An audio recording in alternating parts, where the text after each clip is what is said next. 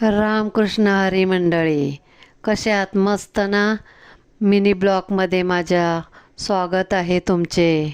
हे बघा, मी ना बाहेर गेले होते, तिकडे 50चे 2 जुड्या देत होते ह्या झाडाचे. मला झाडं खूप आवडतात म्हणून मी 2 घेऊन आलेली आणि पाण्यातच मोठं होतं.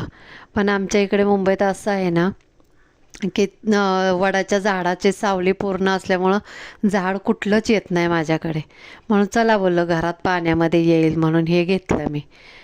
ह्याचं नाव आहे संजीवनी सदाबहार. मग पहिला दिवस असं होतं, हे दुसरा दिवस.